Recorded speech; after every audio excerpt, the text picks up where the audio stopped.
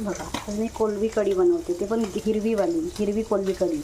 बघा ही कोलंबी आहे, हा कांदा आहे, नारळ, लसूण, मिरची, अद्रक, एक टमाटर, कढीपत्ता आणि ही कोथिंबीर. हे बघा हे जिरं टाक. आता हा मसाला वाटेन मी. हे धणे पावडर, हळद पावडर आणि टमाटर. बघा चवीपुरती मीठ.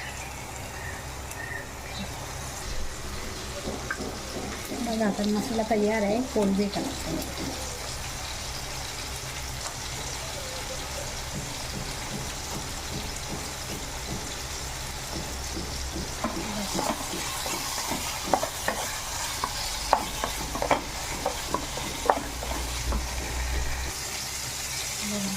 मसाला भाजला, कोलंबी भाजली. आता त्याच्यात 2 ग्लास पाणी.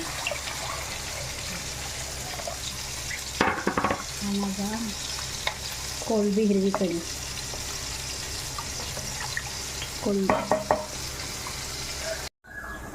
ही बघा माझी कोलंबी कढी. किती मस्त आहे ना कोलंबी. बघा छान आहे ना.